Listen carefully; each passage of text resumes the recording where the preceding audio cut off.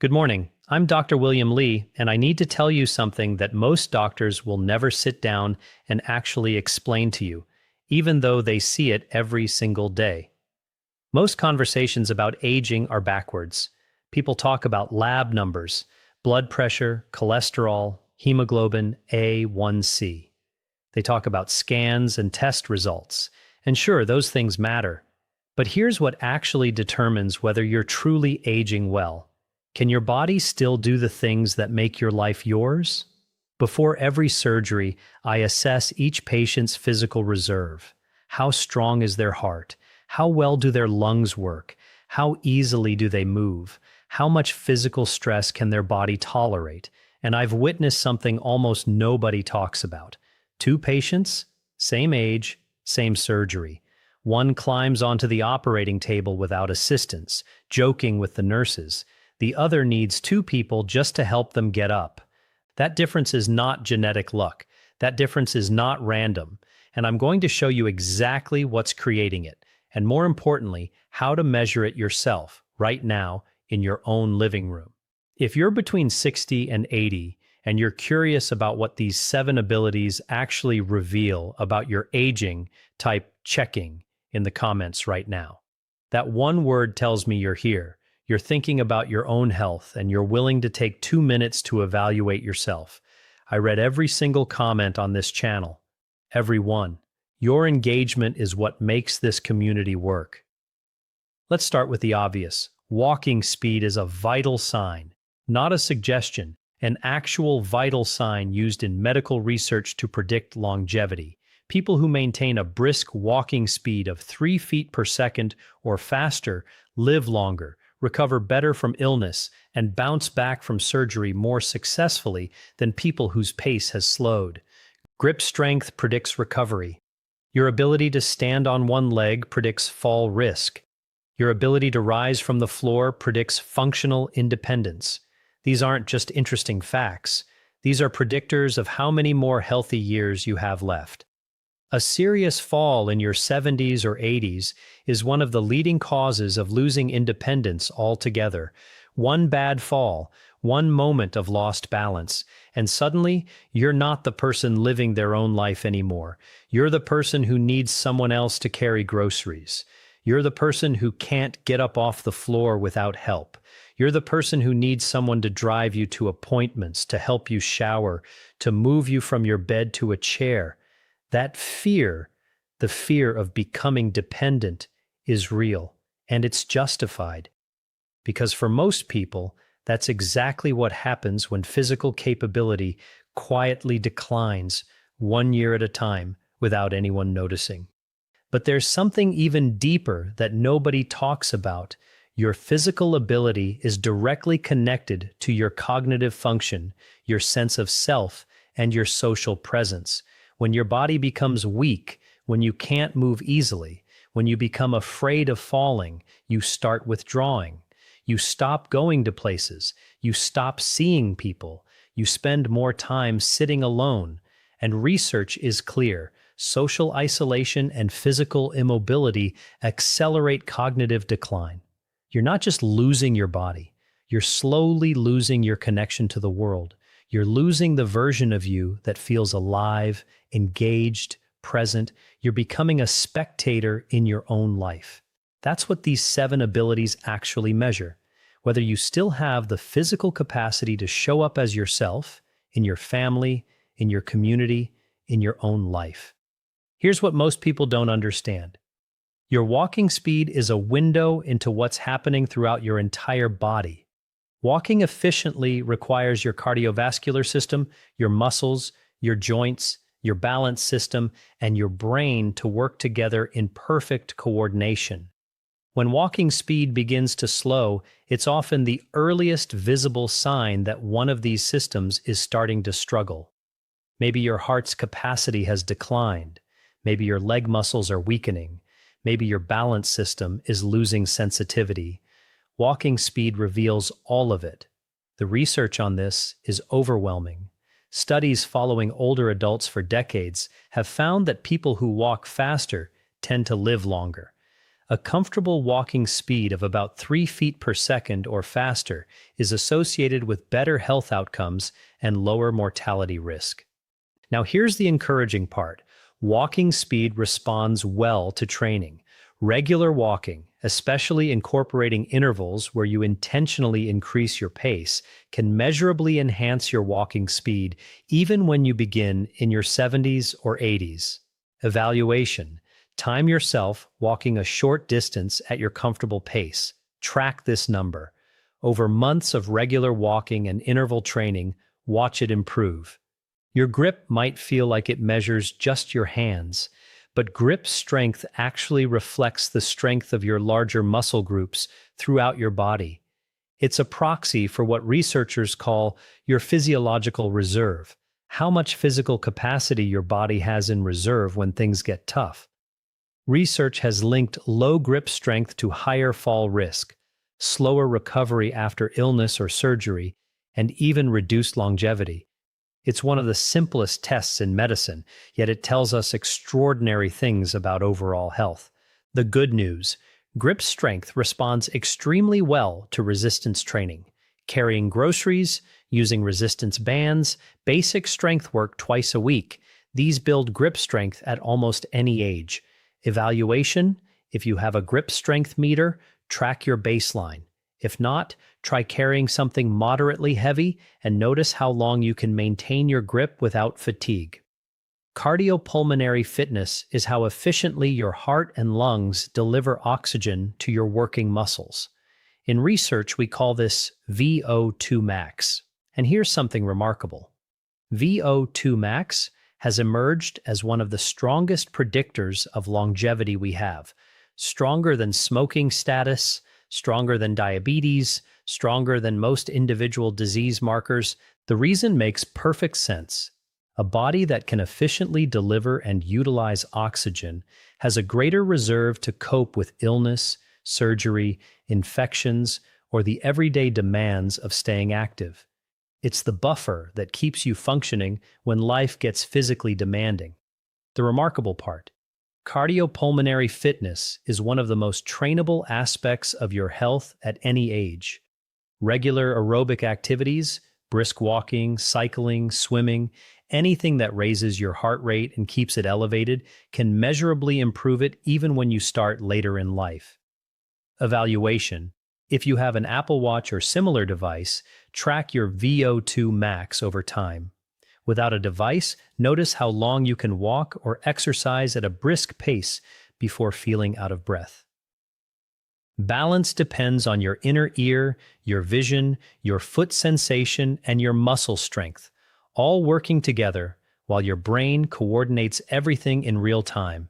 As we age, each system can gradually decline without obvious warning, and balance is often the first place where those changes become noticeable.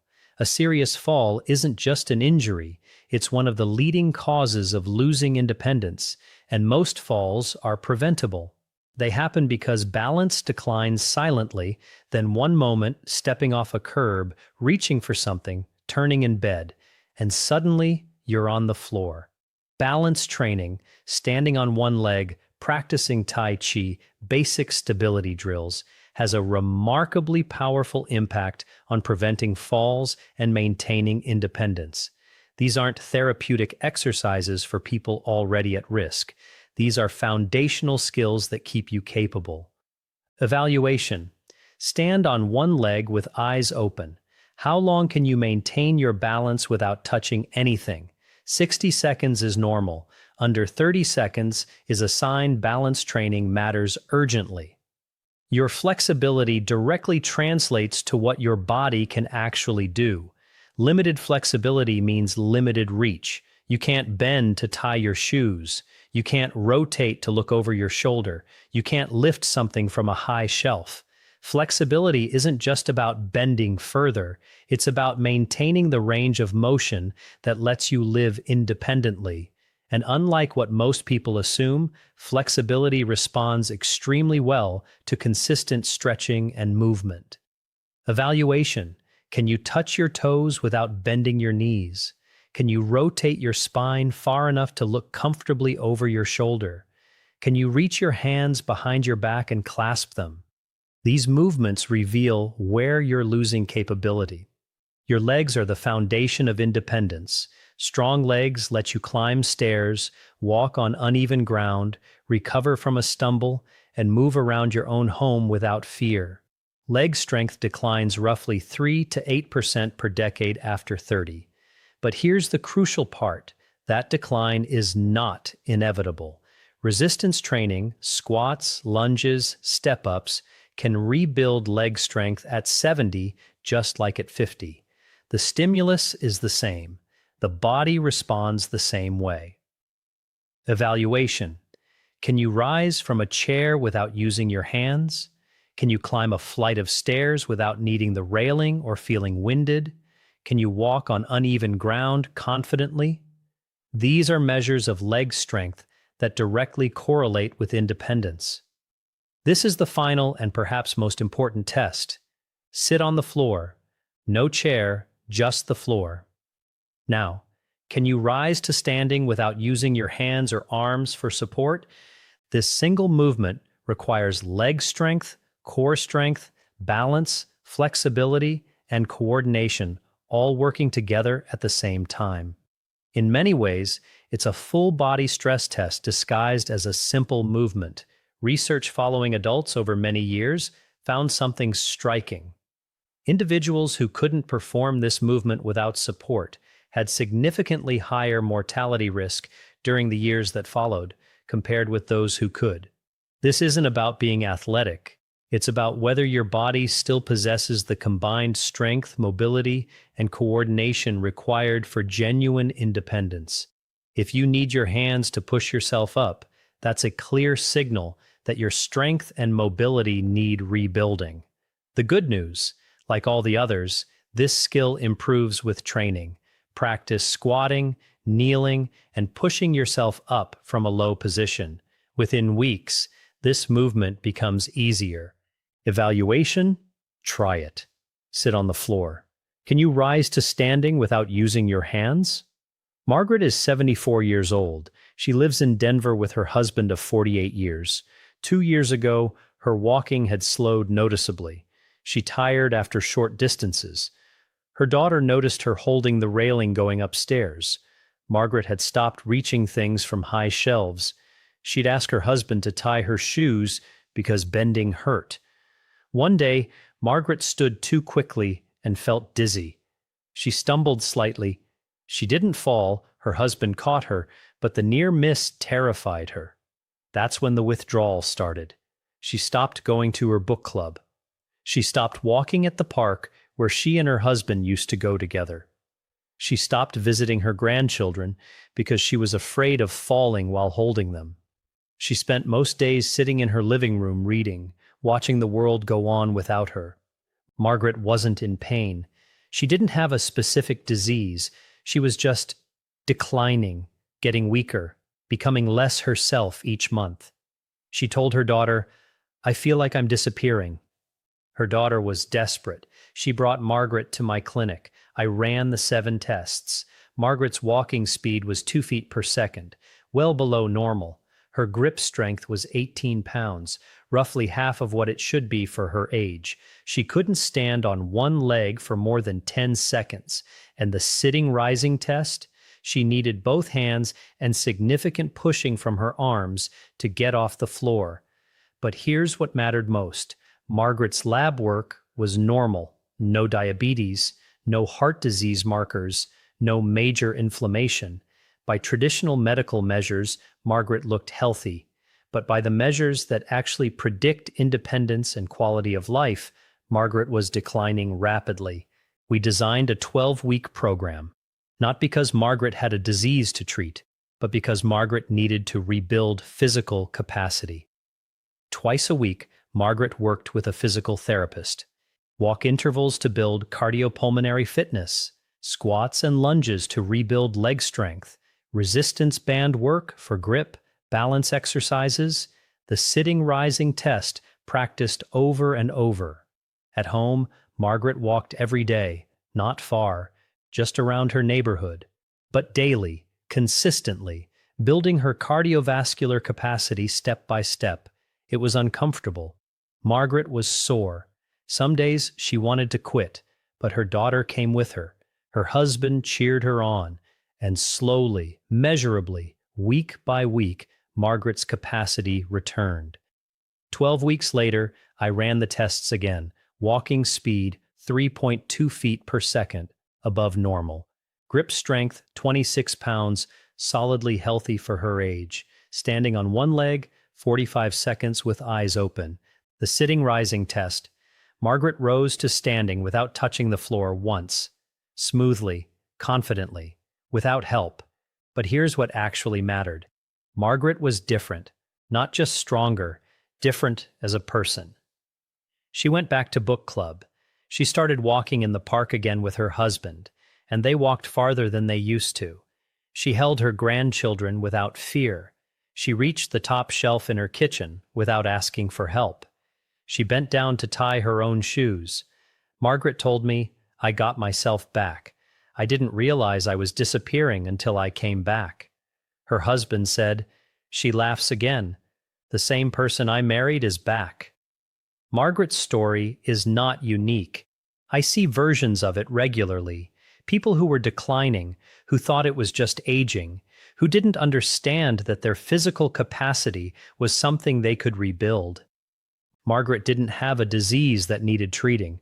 She had a pattern of decline that needed reversing, and that reversal, that reclamation of capability and independence, it changed her life.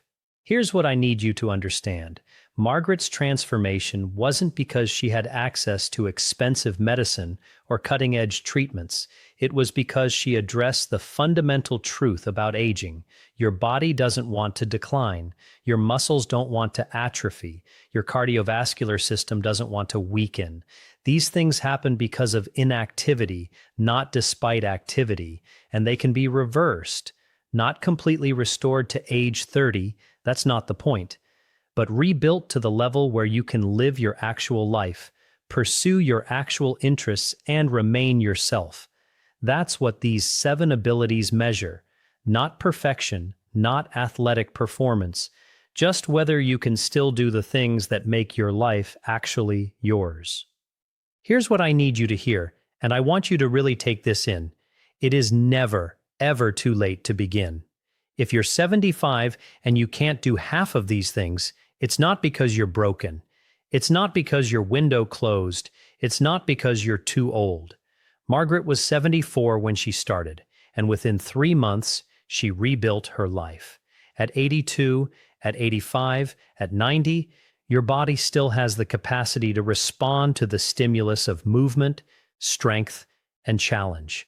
Declining is not destiny. Aging is not surrender. Your physical capability is not fixed.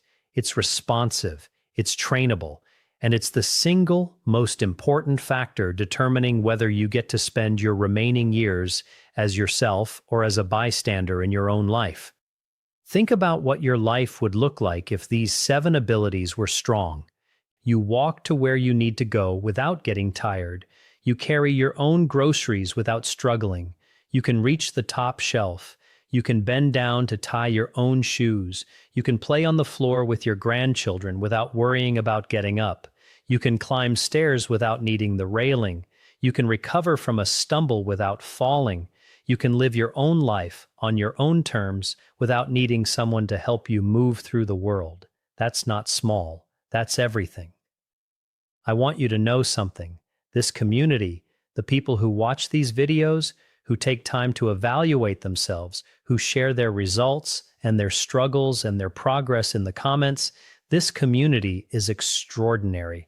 You're not just watching videos, you're actively engaged in understanding your own body. You're asking better questions. You're taking action. You're helping each other stay capable and strong. That engagement is what makes this channel work. And I see it, I read the comments, I notice when someone says they started walking, and then 3 months later they comment that they've rebuilt their speed. I notice the grandparents who say they can now play on the floor again. I notice the people who regained their independence. Your presence here matters. Your commitment to your own capability matters.